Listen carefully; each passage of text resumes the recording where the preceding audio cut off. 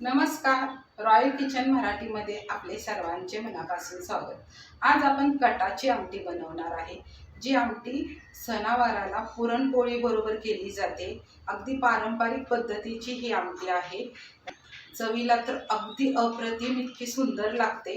ही आमटी आहे ना, जेव्हा आपण पुरणपोळी करतो तेव्हा पहिल्यांदा आमटी कशी झाली हे पाहिलं जातं. आपली आमटी बेस्ट झाली की मग आपला पुरणपोळीचं जेवण अगदी मस्त झालं. तर आपण ही पारंपरिक पद्धतीची जी कटाची आमटी आहे ती आपण एरवीसुद्धा करू शकतो, भाताबरोबर खाऊ शकतो आणि पुरणपोळीच्या वेळेससुद्धा पुरणपोळीबरोबर भाताबरोबर ही खाऊ शकतात. तर चला पाहू ही पारंपरिक पद्धतीची कटाची आमटी करूया. आता कटाची आमटी बनवण्यासाठी आपण हरभऱ्याची डाळ घेतलेली आहे आणि हरभऱ्याच्या डाळीची छानपैकी अशी कटाची आमटी होती. 1 चमचा मोठा मी असा डाळ स्वच्छ निवडून घेतलेली आहे. आता एका पातेल्यामध्ये ती डाळ टाकून घेतलेली आहे शिजवण्यासाठी. पण ही डाळ आता आपल्याला 3 वेळा चांगली स्वच्छ धुवून घ्यायचं. अगदी हाताने चोळून डाळ स्वच्छ धुवायची आहे. आता डाळीला पावडर वगैरे अशी लागलेली असते ती पूर्ण निघून जातं, पांढरं पाणी. हे बघा अशा ते आता आपण काढून घ्यायचं. अशा 3 वेळा धुवायची. त्यानंतर स्वच्छ धुतल्यानंतर त्यामध्ये 4-5 म्हणजे अर्धं पातेलं तरी पाणी टाकायचं. म्हणजे 4-5 ग्लास पातेल्यामध्ये आपण पाणी टाकून घेत आहे.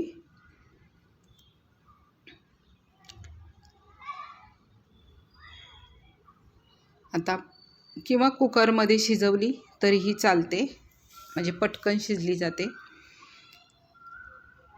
आता हे पातेलं आपण गॅसवर ठेवलेलं आहे. गॅस हाय फ्लेमवरच ठेवायचा आणि त्यामध्ये थोडंसं तेल टाकायचं. म्हणजे उकळी आली की पाणी असं बाहेर येणार नाही, त्यासाठी तेल टाकायचं. आता आपलं डाळ शिजत आहे तोपर्यंत आपण आमटीसाठी मसाला बनवायचा. गॅसवर पॅन ठेवलेला आहे. कांदा बारीक चिरून उभा पॅनमध्ये टाकलेला आहे आणि कांदा भाजून घेत आहे. कांदा भाजताना आपल्याला अगदी लाल करायचा नाही, असा नरम असा भाजून घ्यायचा आहे. हे बघा अशा पद्धतीने कांदा भाजून घेतलेला आहे. आता कांदा नरम पडलेला आहे. आता काढून घ्यायचा. आता परत गॅसवर पॅन ठेवलेला आहे. त्यामध्ये मी अर्धी वाटी मी सुक्कं खोबरं खिसून घेतलेलं आहे आणि तेही भाजून घेत आहे. आता गॅस भाजताना मिडियम फ्लेमवरच ठेवला आहे आणि हा सुक्कं खोबरं आपल्याला थोडंसं असा कलर चेंज होईपर्यंत भाजून घ्यायचं आहे. हे बघा थोडासा ब्राऊन झालेला आहे. आता तेही भाजलेलं आहे आणि तेही एका ताटात काढून घ्यायचं. आता त्यावर परत आता पॅन ठेवून त्यामध्ये लसूण, आलं आणि मिरच्या. आता यामधला थोडासा लसूण मी बाजूला काढून ठेवलेला आहे आणि हे चांगलं भाजून घेत आहे.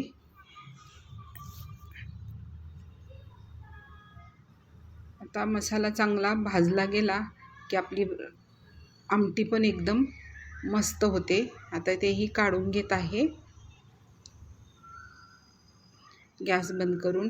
हे बघा आपला कांदा, खोबरं, आलं, लसूण, मिरची भाजलेली आहे. थोडा कढीपत्ता घेतलेला आहे आणि थोडी कोथिंबीर घेतलेली आहे. आता आपल्याला आणि राहिलेला लसूण आणि थोडंसं खोबऱ्याचा तुकडा हे आपल्याला आता ठेचून घ्यायचं आहे. आता आपल्याला हे फोडणीसाठी वापरायचं आहे. तर आता पहिल्यांदा खोबरं खलबत्त्यामध्ये कुटून घेत आहे, ठेचून आहे. आता खोबरं थोडे बारीक झालं की मग त्यामध्ये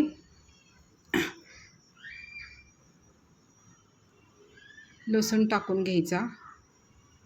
आपल्याला हे लसूण आणि खोबऱ्याचा अशी पेस्ट बनवायची नाही. असं खलबत्त्यामध्ये कुटून घेतलं ना, म्हणजे असं दरदरापणा आला की आपली फोडणी एकदम खमंग होती.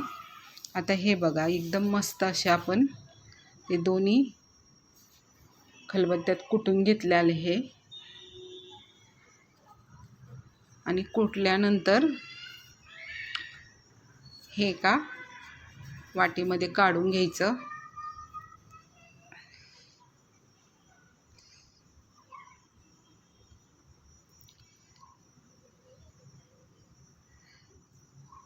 आता हे काढल्यानंतर मग आता मिक्सरचं छोटं भांडं घेतलेलं आहे. आपला आता मसाला बारीक करून घ्यायचा. तर आता त्यामध्ये कांदा टाकून घेतलेला आहे. आता खोबरं टाकून घेतलेलं आहे.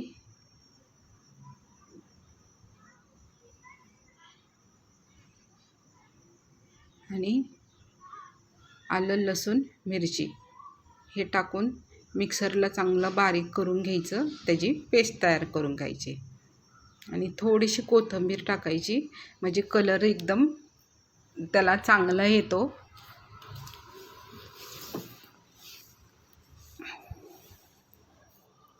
आता चांगली बारीक पेस्ट तयार करून घेतलेली आहे. हे बघा.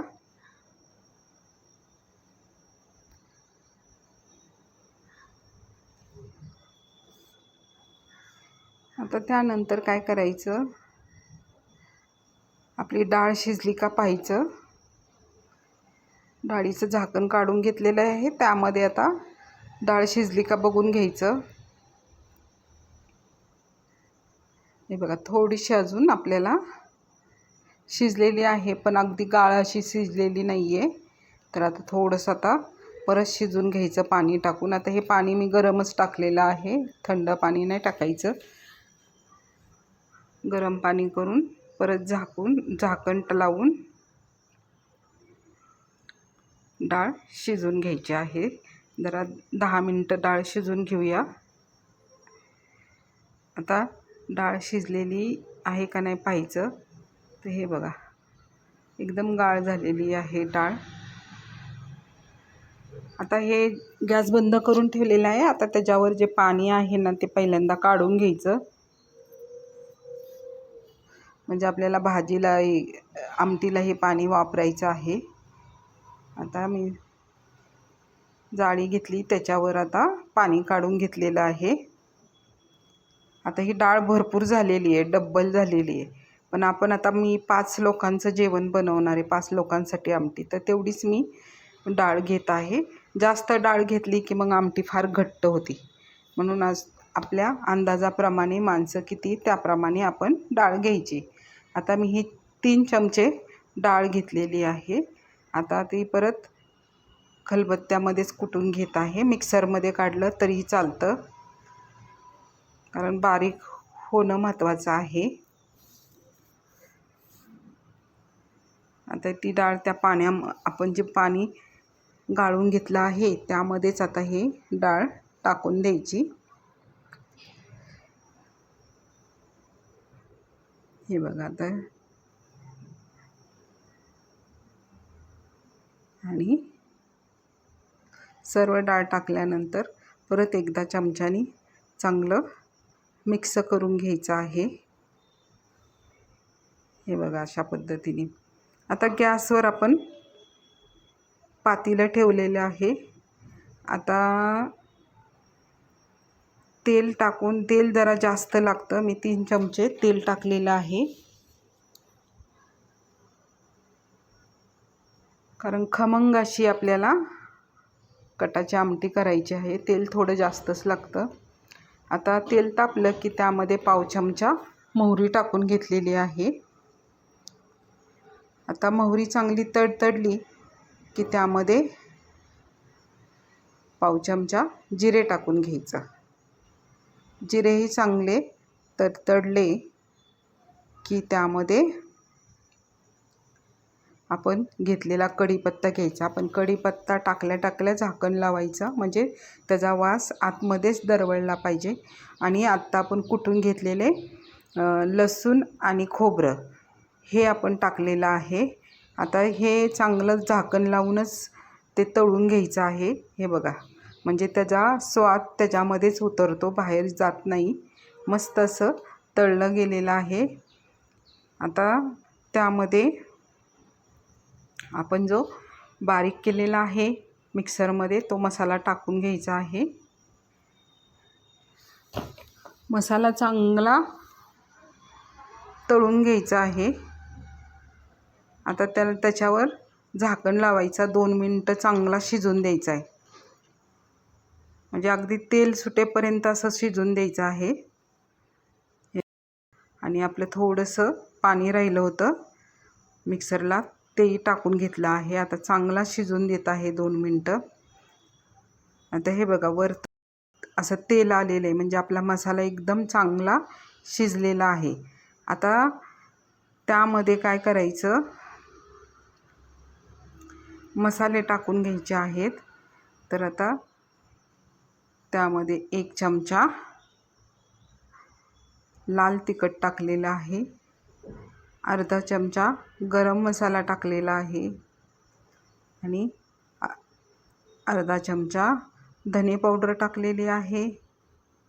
आणि थोडंसं आपल्याला वाटलं तिखट तर मग तिखट टाकून घ्यायचं, आपल्या आवडीनुसार तिखट टाकायचं। पण ही जी कटाची आमटी आहे ती झणझणीत मस्त तरी येणारी, तर तिखट थोडं जास्त झालं पण आवडीनुसार टाका, कारण कमी जास्त तिखट लागतं। त्यानंतर त्यामध्ये पाव चमचा हळद टाकून घेतलेली आहे आणि चांगला मसाला परतून घेत आहे। आणि थोडंसं असं आता त्यामध्ये मसाला धुण्यापुरतं मी पाणी टाकलेलं आहे। आणि आता त्याच्यावर स्लो फ्लेमनी मसाला आपला चांगला शिजून द्यायचा आहे। अगदी ह्यालाही तेल सुटेपर्यंत शिजून द्यायचा। हे बघा किती तेल सुटलेलं आहे आणि कोथिंबीर टाकल्यामुळं मसाल्याला कलर पण आलेला आहे, छान असा लालसर काळपट असा कलर येतो। तुम्ही पण अशाच पद्धतीने मसाला तयार करा। आता आपण जी पाणी काढलं होतं डाळीचं ते टाकून घेत आहे आणि गरम पाणी करायला ठेवलेलं आहे मी त्यात। आता ही आमटी आपल्याला 5 जणांसाठी करते, तर थोडंसं पाणी अजून टाकायचे। हे बघा अशा पद्धतीने आता पाणी टाकून घेतलेलं आहे, चवीनुसार मीठ घालायचं आहे आणि चांगली उकळी येऊन द्यायची आहे। आणि ही आमटी आपल्याला घट्ट करायची नाही, थोडी पातळच असते, कारण पातळच आमटी ही चवीला सुंदर लागते। आता झाकण ठेवलेले आहे, चांगली उकळी येऊन दिलेली आहे। हे बघा इतकं मस्त उकळी आलेली आहे आणि मसाला आणि डाळ पण चांगली भाजीमध्ये मिळून आले। आता ह्या आमटीला अशीच कन्सिस्टन्सी पाहिजे। आता गॅस बंद करून टाकलेला आहे। आता त्याच्यावर थोडीशी कोथिंबीर बारीक चिरून टाकलेली आहे। मस्त अशी आपली कटाची आमटी भाताबरोबर पुरणपोळीबरोबर खाऊ शकता आणि चवीला तर अप्रतिम लागते। आता आपण एका बाउलमध्ये काढून घेऊया।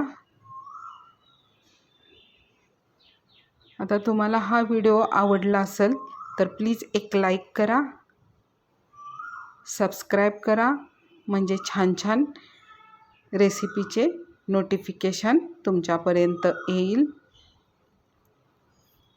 आता हे बघा किती सुंदर अशी भाजी झालेली, रस्सा आपल्याला आमटीचा असा तर्रीवाला रस्सा झालेला आहे। आता त्याच्यावर थोडीशी कोथिंबीर टाकायची। ही पारंपरिक पद्धतीची आमटी केलेली आहे। भेटूया अशाच नवीन छान छान रेसिपीमध्ये। धन्यवाद।